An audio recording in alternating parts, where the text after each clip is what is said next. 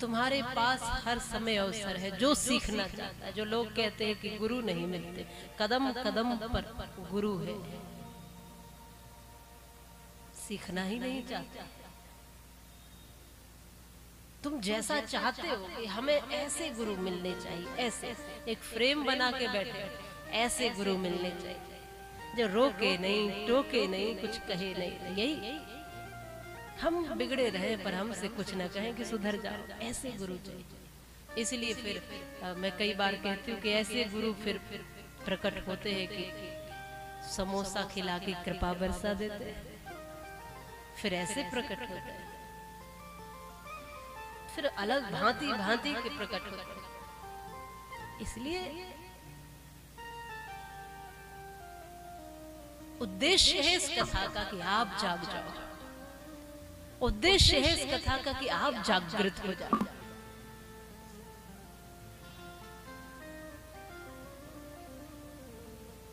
उतनी उतनी समझ, उतनी उतनी बुद्धि तो परमात्मा ने सबको दी है कि उतना तो सोच सकते हैं। आंतरिक आध्यात्मिक की सीख नहीं तो कम से कम बाह्य समझ तो सब रख सकते हैं। भगवान की कथा हमें समझा रही है, अपने अपने अनुभवों से, अपनी अपनी गलतियों से, अपनी अपनी अवस्थाओं से, स्थितियों से, परिस्थितियों से, वक्त से, समय से आप सीख सकते हो। आसपास के वातावरण से मैं रोज सीखती हूँ, मैं रोज सीखती हूँ, प्रतिपल सीखने का प्रयास करती हूँ, हर पल सीखती हूँ। और यही भगवान से प्रार्थना करती हूँ कि आखिरी श्वास तक बस सीखती रहूं। कभी गुरु मत बनाना, बस विद्यार्थी बना के रखना, शिष्य बनाकर रखना। जिस दिन आप सिखाने वाले बन जाते हो उस दिन आप समाप्त हो जाते हो, और जिस दिन आप सीखने वाले बन जाते हो उस दिन आप प्रगति के रास्ते खोजते जाते हो, नई नई ऊंचाई और नई नई गहराई की ओर बढ़ते जाते हो। इसलिए कभी सिखाने वाले मत बनना। हाँ, ये जीवन का अनुभव जो हमने सीखा है वो जैसे अपने परिवार के साथ बांटते हैं, जो हमारे पास है जैसे हम अपनों को देते हैं, बस वही जो हमने ऋषियों से लिया है वही आप तक बांट रहे हैं, आपको सिखा नहीं रहे हैं। और आप तक बांटते बांटते आप में से बहुत लोगों से बहुत कुछ सीख लेते हैं, बहुत कुछ। एक बच्चा भी बहुत कुछ सिखा जाता है, इन माताओं से बहुत कुछ सीख मिल जाती है, आप सब बंधुओं से बहुत कुछ सीख लेते हैं, स्थितियां बहुत कुछ सिखा देती है, भांति भांति के लोग भांति भांति का ज्ञान दे देते हैं, बहुत कुछ सिखा जाता है। इसलिए हमेशा जिज्ञासु बने रहो जीवन में, सीखने वाले। आज समस्या सिर्फ इतनी है कि हम सिखाने वाले बन गए। आज कोई किसी की सुनना नहीं चाहता, सब अपनी अपनी सुनाना चाहते हैं, बस समस्या यहाँ पैदा हुई। आज पति भी पत्नी की सुनता नहीं, पत्नी भी पति की सुनती नहीं, वो भी सुनाना चाहते। ये झगड़े क्यों है, ये परिवारों में ये सब विषाद, ये विवाद ये क्यों है? क्योंकि हम सब एक दूसरे को सुनाना चाहते हैं, सुनना किसी की नहीं चाहते। भाई भाई को सुना रहा है, माता पिता बच्चों को सुनाते हैं, बच्चे माता पिता को सुनाते, पड़ोसी पड़ोसी को सुना रहा, सब सुनाना चाहते कि मेरी सुनो, मेरी सुनो। यही समस्या पैदा होती है। थोड़ा श्रोता बनो, मैंने पहले ही दिन कहा, सुनने वाले बनो, सुनो और ऐसा सुनो कि उसको सुनकर जीवन धन्य हो जाए। यहाँ परीक्षित श्रोता बने हैं, बीच बीच में जो प्रश्न किए हैं वो केवल जिज्ञासा वश किए हैं कि मेरे मन के ये जिज्ञासा भरे प्रश्न है प्रभु, इसलिए श्रोता बनना,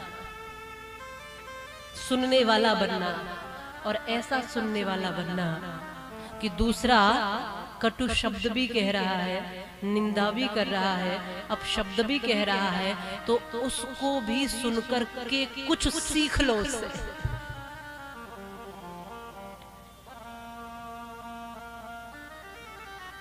ये आपको तय करना है। लोग पत्थर मारेंगे, मैंने लिखा था कि लोग तो पत्थर मारेंगे, लोग प्रहार करेंगे, लोग पत्थर मारेंगे। अब ये आपको तय करना है कि उन पत्थरों से घाव खाने हैं या घर बनाने हैं, ये तो तुम्हें तय करना है। लोग तो पत्थर मारेंगे तुम्हें चोट देने के लिए, लोग प्रहार करेंगे अलग अलग तरीके से, कभी वाणी से, अलग अलग तरीके से तुम्हें कमजोर करने के लिए लोग तो प्रहार करने को तैयार बैठे ही बैठे हैं कि तुम कब कमजोर बनो। पत्थर मारेंगे ही। अब तुम्हें देखना है उन पत्थरों को अपने ऊपर लेकर घाव खाते हो या उन पत्थरों को इकट्ठा करके अपना मकान बना लेते हो। ये तो तुम्हें देखना है, ये तो तुम्हें तय करना है। लोग कहेंगे तुम्हें गिराने के लिए, तुम्हें तरक्की में देखता हुआ कोई खुश नहीं है, ये बात ध्यान रखना। जो आपके अपने हैं बस उतने ही, नहीं तो दुनिया तो ये सोचती है कि तुम कभी ऊंचे उठो ही ना, ये बात सत्य है। चाहेंगे कि हम नहीं कर पाए तो मैं बहुत सुंदर दृष्टांत कई बार दिया करती हूँ, उसको समझना, गहराई से समझना। सब चाहते हैं कि हम ऊंचा उठे, सब चाहते हैं कि तरक्की करें, सब चाहते हैं कि हम ऊंचे बने। आप चाहते हो,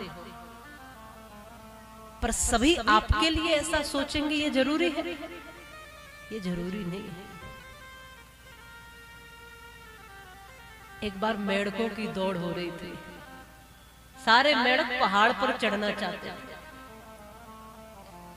कुछ थोड़ा सा चढ़े और नीचे गिर गए, कुछ और थोड़ा ऊपर चढ़े वो भी गिर गए, कुछ और प्रयास किए और वो भी गिर गए।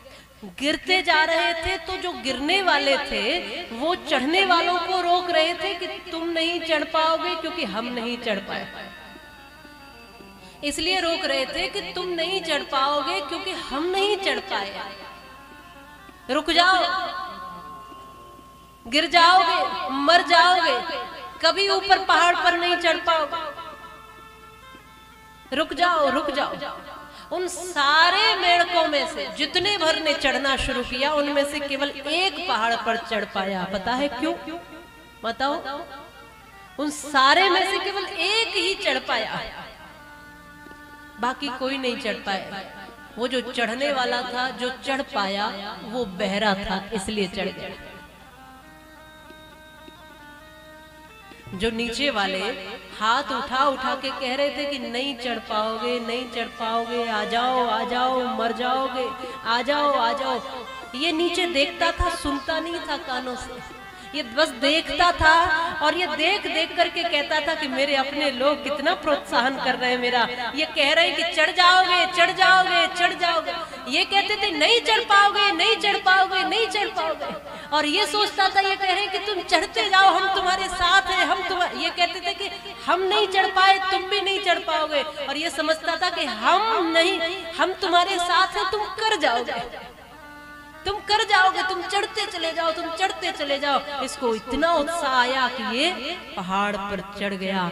इसलिए यदि जीवन में कुछ तरक्की करना चाहते हो, बड़ा करना चाहते हो, लक्ष्य पाना चाहते हो, तो सबसे पहला नियम है कि कानों से बहरे बन जाना।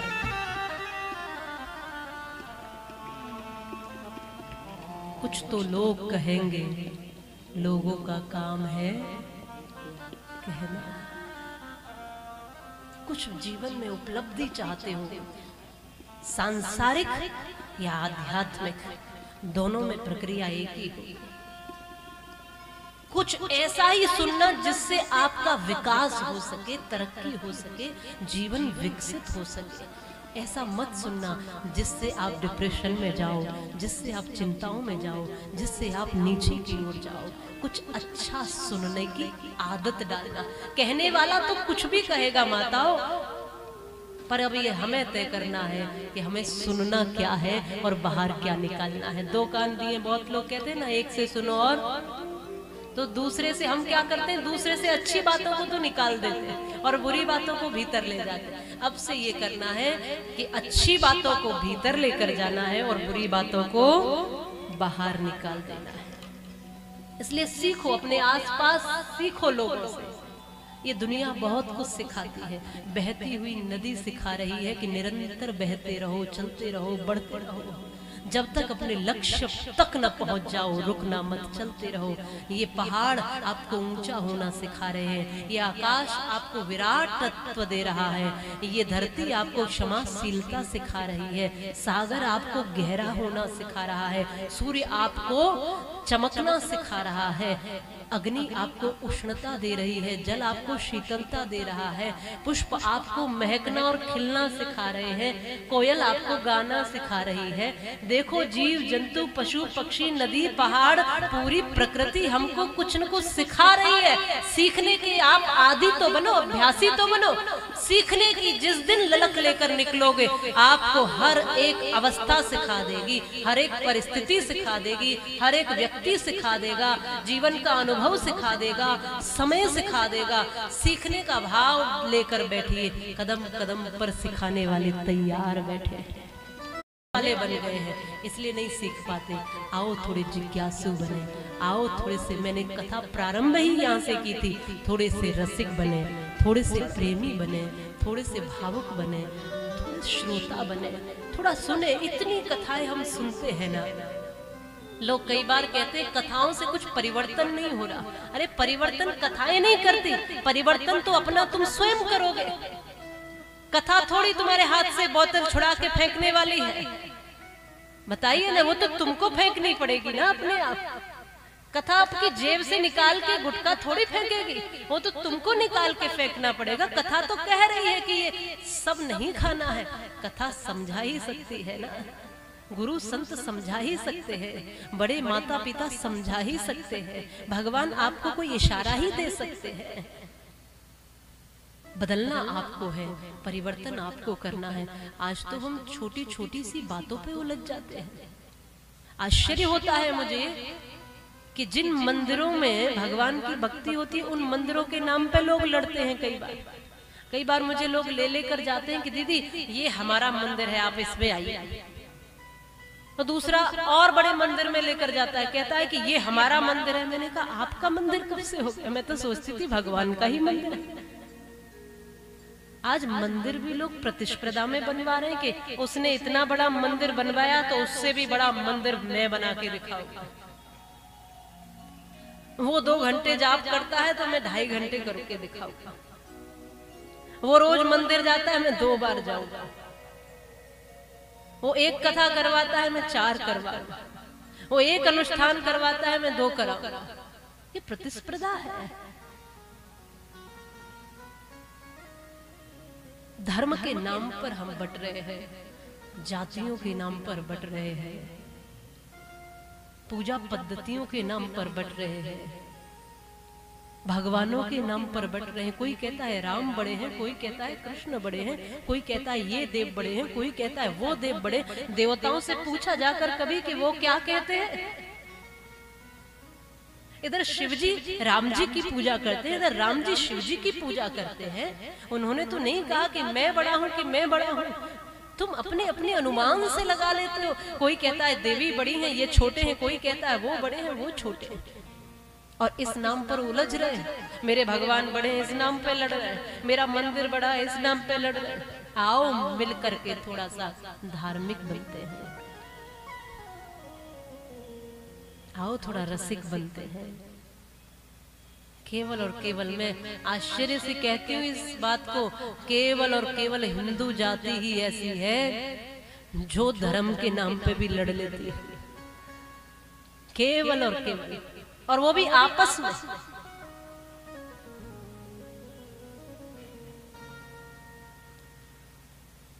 हम कथाओं के नाम पर लड़ लेते हैं, हम मंदिरों के नाम पर लड़ लेते हैं, हम भक्ति के नाम पर, सत्संग के नाम पर लड़ लेते हैं।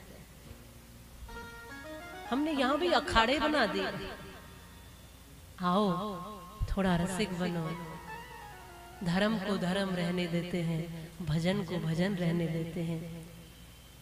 मंदिरों की स्थितियां तो देखो, नए नए मंदिर बनाओ आप, अच्छी बात है, लेकिन जो बने हुए हैं उनको भी तो संभालना सीखो।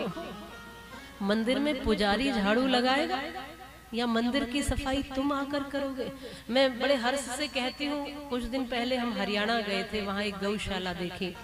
गौशाला वालों ने आयोजन किया, तो गौशाला में माताओं, बहुत बड़ी गौशाला थी, और वहाँ पूरे गांव में, बड़ा गांव था, उन गांव की माताओं का नियम था कि 4 बजे सभी माताएं अपने घर से निकल के गौशाला जाती थी, अपने आप गाय का गोबर उठाती थी, गौशाला की स्वच्छता करती थी, गऊ को ग्रास देती थी, जो जो कार्य गौशाला में होना था सब करके आकर अपने गृह कार्य करती थी। 2 घंटे वहां गौशाला में अपना परिश्रम करके सेवा करके आती थी। हम गए कभी किसी मंदिर में सेवा करने के लिए? हम गए कहीं? हम मंदिरों को गंदा करने तो चले जाते हैं, पर सेवा करने, सफाई करने कभी नहीं गए। हम इन प्रांगणों को गंदा तो कर सकते हैं, पर प्रांगणों को स्वच्छ करने में अपना अपमान समझते हैं। हमारा धर्म, हम इसीलिए थोड़ा पीछे पीछे खिसकते जा रहे हैं, क्योंकि हम 4 लोग भी एक साथ बैठ नहीं सकते धर्म के नाम पर। हम 4 लोग भी सर फोड़ लेते हैं धर्म के नाम पर, और इस बात से बहुत दुख होता है, बहुत कष्ट होता है। हम घर से निकल कर के ब्रज को छोड़कर रात और दिन इसलिए दौड़ते हैं कि हमें लगता है आप सब हमारे अपने हो। हमें लगता है कि आपके बीच में, आप अपनों के बीच में कुछ विषय, कुछ चर्चाएं की जाएं और कैसे प्रयास किया जाए कि हम धर्म को बढ़ाएं, हम सनातन की गरिमा रख सके।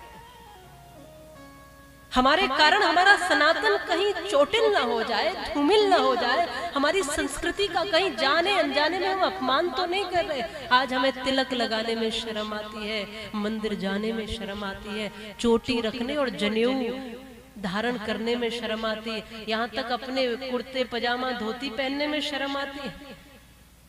हमको झूठ बोलने में और तमाम मांसाहार इत्यादि तमाम व्यसन करने में शर्म नहीं आती है, तमाम तरह की फैशन करने में शर्म नहीं आती है, हमको आधे आधे कपड़े पहनने में शर्म नहीं आती है, पूरे कपड़े पहनने में आज शर्म आती है।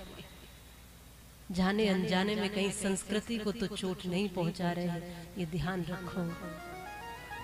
ऋषि मुनियों ने हमें बड़ी विरासत दी है संभालने के लिए, इसलिए एक भाव आपको आज देना चाहती हूँ। सभी डाल्टनगंज वासियों को जो आपस में धर्म के धुरंधर है, इतने वर्षों से इतने सुंदर आयोजनों को करते आ रहे हैं, मैं धन्यवाद उनको देना चाहती हूँ जिन्होंने इन आयोजनों की नींव रखी, उन बड़ों को, उन श्रेष्ठों को, और जो निरंतर अभावों में, असुविधाओं में छोटे छोटे तरीकों से भी काम करते रहे, धर्म को आगे बढ़ाते रहे। अब युवा पीढ़ी के हाथ में है कि धर्म को और बृहद तरीके से धारण करे और पूरे समाज में सनातन का झंडा ऊंचा करे। अब सभी युवा पीढ़ी की ये जिम्मेदारी है। बड़े बुजुर्ग केवल अनुभव देते हैं, लेकिन युवा पीढ़ी को उस अनुभव पर चलना पड़ता है। मैं देखती हूँ, मैं सच कहूँ, बहुत जगह पूरे दुनिया में जाती हूँ, लेकिन हम धर्म के नाम पे सच में बट रहे हैं कि नहीं बट रहे? जातियों के नाम पर बट रहे हैं कि नहीं बट रहे? मैं ब्राह्मण, तुम क्षत्रिय, तो ये वो, तू छोटा है मैं बड़ा हूँ, इन सब चीजों में बट रहे हैं कि नहीं बट रहे? कब तक बटोगे? आओ एक होते हैं भगवान की कथा में और एक दूसरे को समझते हैं। प्रेम की गंगा बहाने के लिए कथा।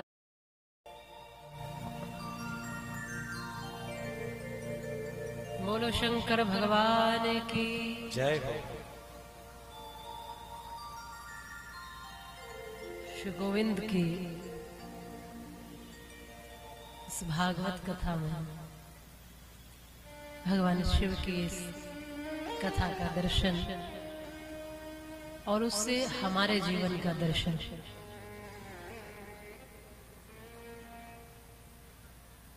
जो मां सती और जो शिव समझाना चाहते हैं उसे समझ। मेरा ध्यान अधिकतर कहानियों पर नहीं रहता, मेरा ध्यान उस कथा के सार पर रहता है कि वो सार आपको क्या कहना चाहता है, वो समझ जाओ। कोई भी कथा इसीलिए ही कही जा रही है कि उसका जो सार है वो आप ग्रहण कर, जो सार है उसको ग्रहण कर लो, स्वीकार कर। हम कई बार क्या होता है कि कहानियों में तो उलझ जाते हैं, पात्रों में उलझ जाते हैं, कहानियों में उलझ जाते हैं, लेकिन सार को छोड़ देते हैं।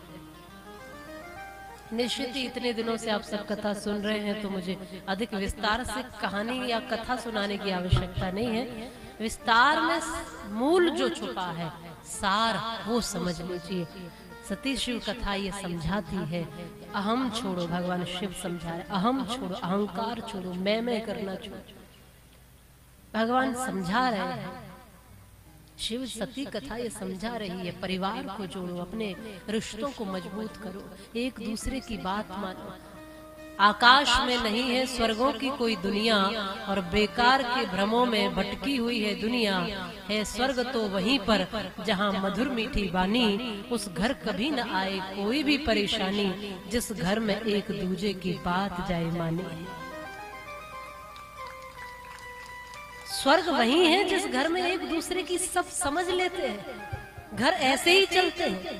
आजकल कई बार घरों में देखने पर लगता है कि सारे दुनिया के शत्रु एक घर में आके इकट्ठे हो गए। कोई किसी को देख के खुश ही नहीं है। कोई गंगा जा रहा है तो कोई जमुना जा रहा है, कोई इधर जा रहा है तो कोई उधर जा रहा है, कोई रसोई अलग कर रहा है तो कोई आंगन में दीवार खिंचवा रहा है, कोई मुंह देखना नहीं चाहता किसी का, कोई झगड़ रहा है, कोई सर फोड़ रहा है। ऐसे परिवार नहीं बनते। परिवार में एक दूसरे का भाव समझना होता है। परिवार में छोटे बड़े का अभिमान त्यागना पड़ता है। छोटों का भी सम्मान होता है और बड़ों का भी सम्मान होता है। छोटों का अपना सम्मान है, बड़ों का अपना सम्मान है। छोटों का अपना कद है, बड़ों का अपना कद है। जिन परिवारों में बुजुर्ग बूढ़े माता पिता का सम्मान हो, जहाँ बच्चों में संस्कार हो, युवा सही रास्ते पर हो, मातृशक्ति घर में मुस्कुराते हुए सभी अतिथि साधु संतों का सत्कार करना और घर में दिव्यता बनाए रखना जानती हो, जिस घर में शास्त्रों का श्रवण हो, जिस घर में अच्छे कार्य हो, अच्छा भाव हो, भगवान की प्रसादी जिस घर की रसोई से निकलती हो, भगवान का भोग लगाया जाता हो, आहार शुद्ध हो, विचार शुद्ध हो, भाव शुद्ध हो, बस वही घर तो स्वर्ग है। और स्वर्ग है कहाँ?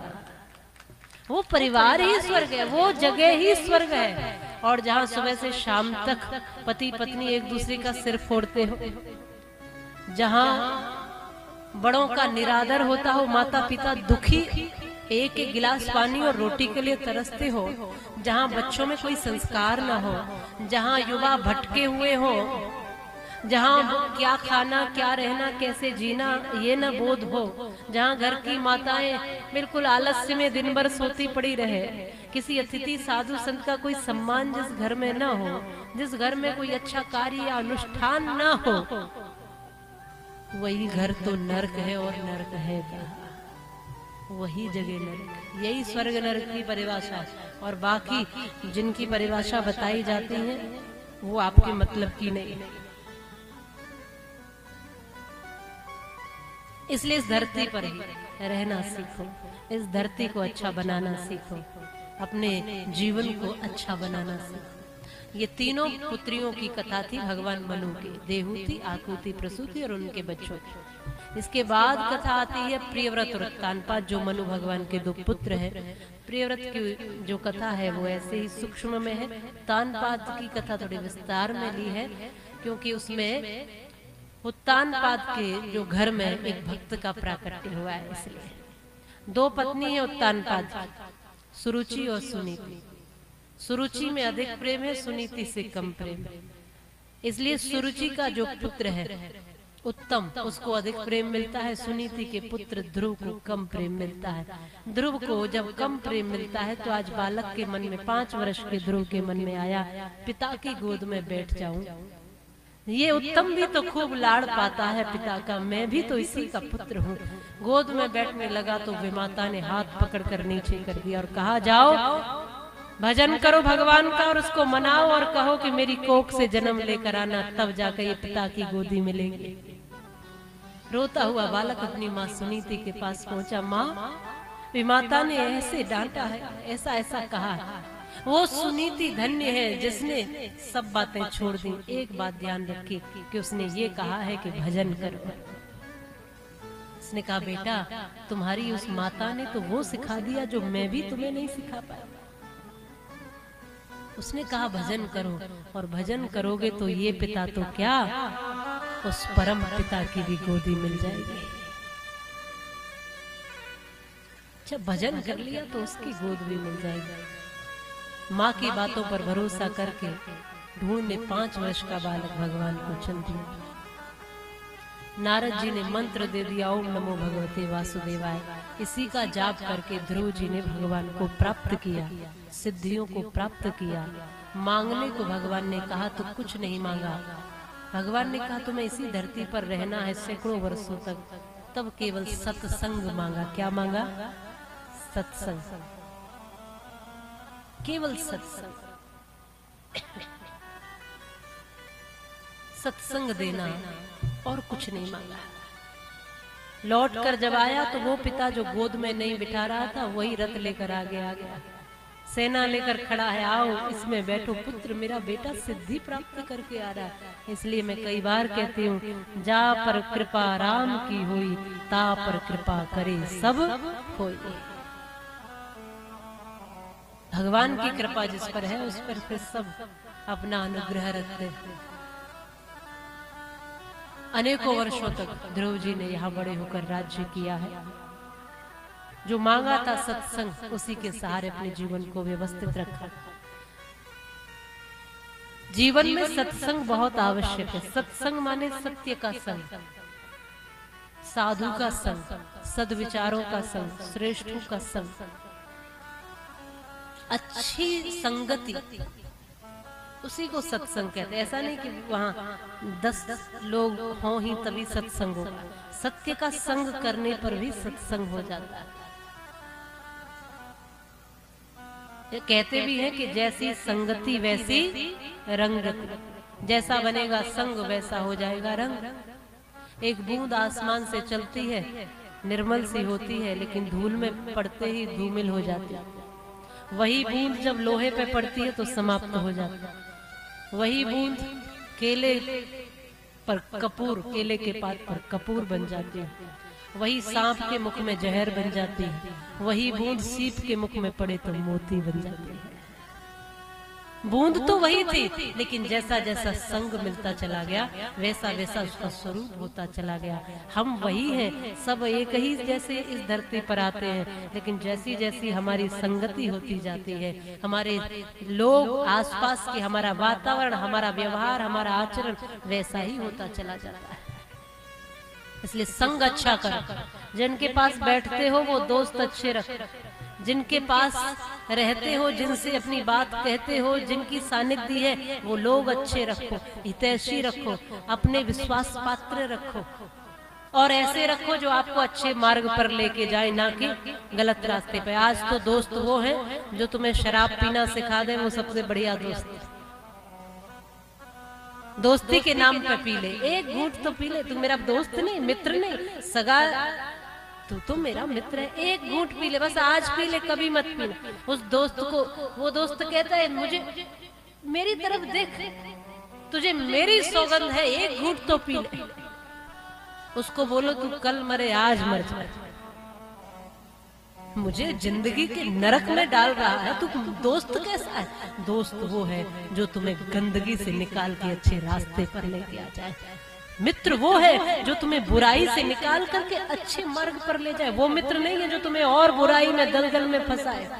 आजकल के मित्र ऐसे ही हैं, खुद शराब पिएंगे तो मित्र को भी शराब में ढकेले, खुद गलत आहार व्यवहार करेंगे तो उसको भी वही ले जाएंगे कि मैं तो मरता हूं तू भी मर। इसलिए याद रखो, मित्रों का चयन करो तो अच्छे ढंग से सोच समझ के करो। अगर संगति में बैठो तो अच्छी संगति में बैठो, कुछ सुनो तो अच्छा सुनो। जहाँ कुछ आपके अनुकूल बात नहीं है वहां से चले जाने में ही भला। कुछ श्रेष्ठ बनने के लिए श्रेष्ठ वातावरण पहले बनाना पड़ता है। उदाहरण के लिए भागवत जी कहती है, अजामिल का संग बिगड़ा था। ब्राह्मण परिवार में, अच्छे कुल में जन्मा, बढ़िया कर्मकांड करता था, अच्छा ब्राह्मण था, लेकिन वैश्या का संग कर लिया, सब बर्बाद कर लिया। समाज ने निकाल के बाहर कर दिया, कोई इनके हाथ का पानी तक नहीं पिएगा। बड़े कष्ट उठाने पड़े, बड़ी मुश्किलें हुई, लेकिन एक काम इसने जीवन में बढ़िया कर लिया, अपने बेटे का नाम नारायण रख दिया। बस नारायण नारायण कहते कहते इसकी मुक्ति हो गई, बोध हो गया इसको, और फिर इसने तप किया और इसका कल्याण हुआ। ये कथा ऐसे ही नहीं कह रहे, ऋषियों ने एक एक कथा हमारे जीवन से होते हुए गुजारी है। हमारी संगति ठीक होगी तो हमारा स्वभाव, हमारा कर्म, हमारा व्यवहार सब अच्छा होगा।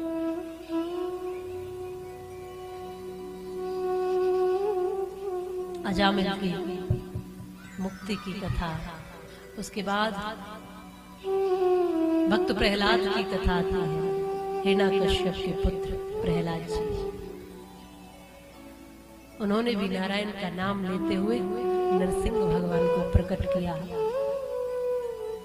हिरण्याक्ष को जब 12 स्वरूप में समाप्त कर दिया तो जो हिरण्याकश्यप है, इसका भाई हिरण्याक्ष का, उसने नारायण से वैर कर लिया, तब से शत्रुता रखता है। लेकिन इन्हीं का पुत्र जो है वो राक्षसी परंपरा नहीं सीखा, गुरुकुल भेजा राक्षसों के, षंड अमर्क जैसे आचार्यों के सानिध्य में के सारी राक्षसी विद्या सिखा दो इस प्रहलाद को, लेकिन उसने तो सारे नारायण की कृपा सीख ली और नवदा भक्ति का ज्ञान यहाँ पर अपने ही पिता को दिया है प्रहलाद जी। 9 प्रकार की भक्ति यहाँ पर समझाई और नारायण के नाम की महिमा बताई। उसने कहा कुछ सुनाओ, इसने नारायण का नाम सुना दिया, मुझे तो यही आता है। बहुत प्रयास किए हिरण्याकश्यप ने ये नारायण का नाम भूल जाए, कोड़ों से मारा, सांपों के झुंड में छोड़ दिया, विष पिला दिया, होलिका से जलवाया, पहाड़ों से फिकवाया, सब करवा लिया, पर नारायण का नाम इस बालक ने नहीं छोड़ा, तो खुद मारने लगा। तब नरसिंह प्रकट हुए और इस हिरण्याकश्यप को अपने ही बड़े नाखूनों से इसके वक्षस्थल को चीर कर आंतड़ियां बाहर निकाल दी, इसको समाप्त किया और अपने भक्त की उन्होंने रक्षा की है। बोलिए नरसिंह भगवान की जय। इस तरह से भगवान के और भी अवतरण हुए हैं। गजग्राह की कथा आती है, जिसमें गज को बचाने के लिए ग्राह से भगवान दौड़े चले आए और नारायण ने रक्षा की। और भी कथा समुद्र मंथन की कथा है, जिस समुद्र मंथन में भगवान ने कश्यप का रूप धारण किया, कछुए का रूप, असित बनकर प्रकटे हैं, उसमें बहुमूल्य रत्न निकले हैं। तो ये समुद्र मंथन केवल बाहर नहीं हुआ, ये भी अपने भीतर की कथा है, अंतर की कथा है। मंथन अपने मन का करोगे तो विष भी निकलेगा और अमृत भी, पहले विष निकलेगा बाद में अमृत। समुद्र का मंथन किया, पहले विष निकला बाद में अमृत निकला। वैसे ही हम अपने भीतर मथेंगे, भीतर थोड़ा चिंतन करेंगे कुछ, तो हमारी बुराइयां निकलेंगी और हमारे भीतर अमृत भरा जाएगा, अमृत का प्रवेश होगा, परमात्मा का प्रवेश होगा। तो भी हमेशा अपना मंथन करते रहे, अपना चिंतन करते रहे और कुछ श्रेष्ठ बनने का प्रयास करें। यहाँ समुद्र मंथन इत्यादि के बाद बहुत सी कथाएं आती हैं, अनेकों कथाओं का वर्णन है। प्रहलाद जी इत्यादि की भक्त की कथाएं हमें यह बताती हैं कि हमें भक्ति में अडिग रहना है, मुश्किलें आएंगी पर डटे रहना है, अपने लक्ष्य में डटे रहना है, अच्छे कार्यों में लगे रहना है। प्रहलाद जी भी बड़े होकर बहुत वर्षों तक राज्य करते हैं, फिर इनके पुत्र विरोचन होते हैं, विरोचन के पुत्र होते हैं बलि। बलि ने तीनों लोगों को जीता और तीनों लोगों को जीत करके राजा बलि ने अहंकार को धारण किया, लगा कि मैं ही तीनों लोगों का मालिक हूँ। किसी को जब ऐसा लगे तो बलि की कथा सुन लेना, तीनों लोगों का मालिक कोई व्यक्ति नहीं, हमारा गोविंद ही है। बस यही बताने के लिए छोटे से वामन बन करके भगवान अदिति के गर्भ से आए हैं। बोलिए वामन भगवान की जय हो। छोटे से बन करके आए और 3 पग भूमि मांगी। 3 पग भूमि में संकल्प देने के लिए बलि तैयार हो गए, लेकिन शुक्राचार्य बीच में आ गया। आज भी आपको बहुत से शुक्राचार्य मिलेंगे, आप कुछ अच्छा करने जाओगे तो बीच में जरूर टांग अड़ाएंगे। जब भी आप दान देने का सोचोगे कहेंगे बावला हो गया, क्या मिलेगा, क्योंकि इन्होंने खुद ने कुछ किया नहीं और तुमको करने भी देंगे। आप जब भी कुछ सोचोगे कि भैया मेरा मन कर रहा है कि कुछ कथा करी जाए, कुछ अच्छा कार्य करा जाए, ये कहेंगे बावला हो गया, तुम्हारे बस की बात नहीं। कुछ ऐसे वो उसको शुक्राचार्य समझ लेते हैं। जो भी टांग अड़ाए अच्छे कार्य में उसको शुक्राचार्य समझ लेते हैं। होते हैं बहुत से लोग ना कुछ अच्छा करते हैं ना किसी को अच्छा करने देते हैं। बहुत मना किया लेकिन बलि ने कहा कि मैंने कह दिया है कि मैं दूंगा तो मैं अपने वचन पर निभाऊंगा। श्राप तक दे दिया शुक्राचार्य ने, श्रीहीन हो जाओ, वो भी धारण कर लिया, लेकिन अपना वचन पूरा करने के लिए तैयार रहे। संकल्प करने लगे तो गंगा सागर की टूटी में शुक्राचार्य प्रवेश कर गए कि संकल्प ही नहीं होगा तो कहां से ये भूमि देगा। भगवान ने सलाखा डाली गंगा सागर की टूटी में और ये शुक्राचार्य छोटे से बन के बैठे, एक आंख इनकी नमो नारायण है। फिर भागे वहां से, तो बुरा करने वाले के साथ बुरा ही होता है, अच्छा नहीं होता, और अच्छा करने वाले के साथ अच्छा ही होता है। ये दौड़े, भगवान को संकल्प दिया, मैं संकल्प लेता हूँ 3 पग भूमि दूंगा।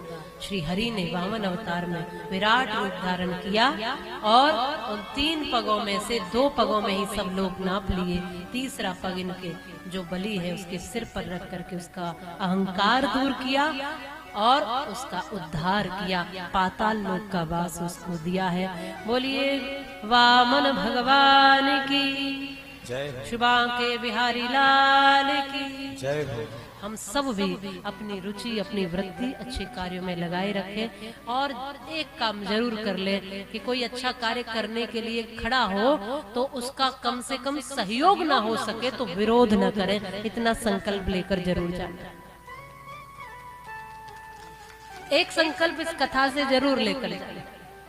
अरे भैया, बड़ी मुश्किल से किसी के मन में अच्छा विचार उठता है आज के समय में, उसको भी अगर तुम्हारी वजह से वो विचार भी मार दिया तो तुम भगवान के दोषी, तुमने पाप किया।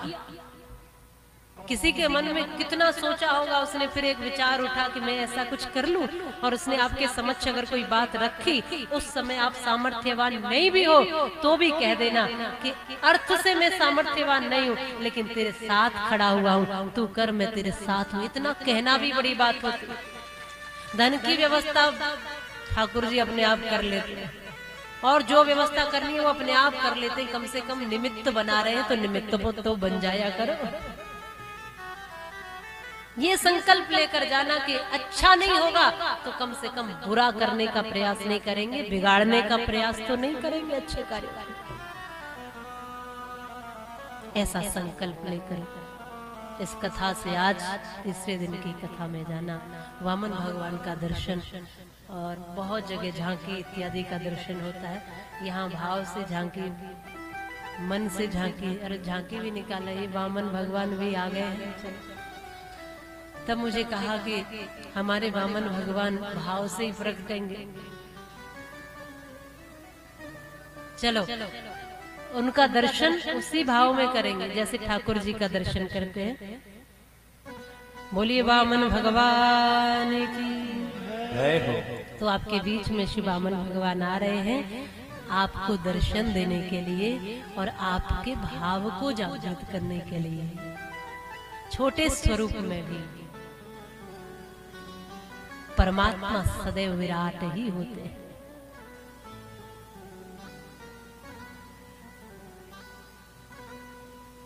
बोलिए वामन भगवान की जय हो।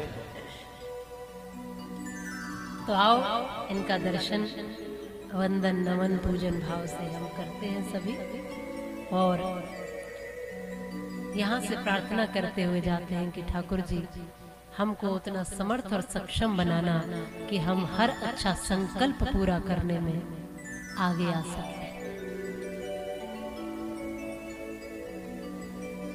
और कई बार हमारे मन की भ्रांति होती है, अच्छा कार्य करने के लिए आप बस संकल्प लो, संकल्प पूरा तो परमात्मा स्वयं करते हैं।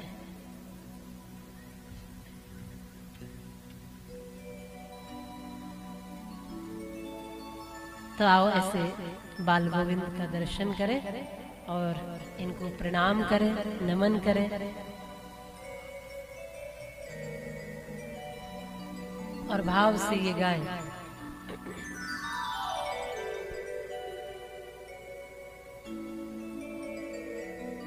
नटवर नागर नंदा भजो रे मन गोविंदा। नटवर नागर नंदा भजो रे मन गोविंदा। नटवर नागर नंदा भजो रे मन गोविंदा। नटवर नागर नंदा भजो रे मन गोविंदा। नटवर नागर नंदा भजो रे मन गोविंदा। श्याम सुंदर मुख चंदा भजो रे मन गोविंदा। श्याम सुंदर मुख चंदा भजो रे मन गोविंदा। नटवर नागर नंदा भजो रे मन गोविंदा। नटवर नागर नंदा भजो रे मन गोविंदा।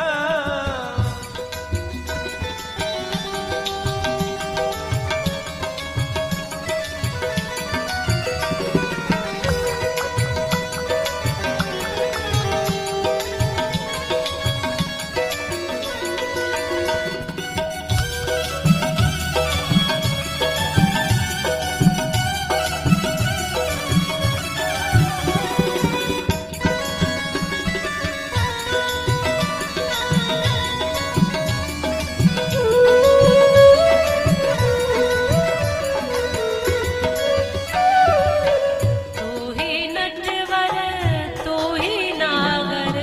तू ही नटवर तू ही नागर। तू ही नटवर तू ही नागर। तू ही नटवर तू ही नागर। तू ही बाल मुकुंदा भजो रे मन गोविंदा। तू ही सभी तालियां बजाकर गाएं एक साथ। भजो रे मन गोविंदा। नटवर नागर नंदा भजो रे मन गोविंदा। नटवर नागर नंदा भजो रे मन गोविंदा।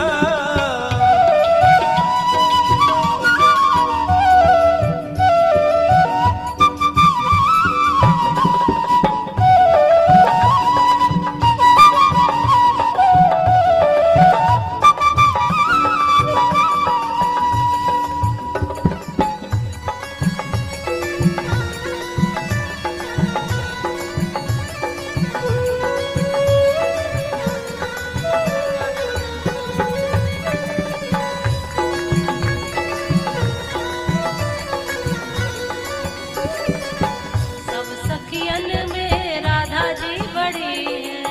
सब सखियन में राधा जी बड़ी है। सब सखियन में राधा जी बड़ी है। सब सखियन में राधा जी बड़ी है। जो नदियन बिच गंगा भजो रे मन गोविंदा।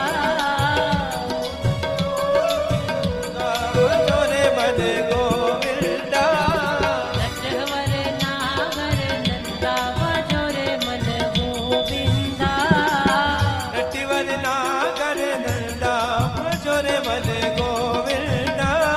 सभी बालकृष्ण भगवान का जैसे पूजन करना है पूजन करें, वंदन करें और तालियां बजाकर संकीर्तन करते हुए भाव से विश्राम की ओर जाएं।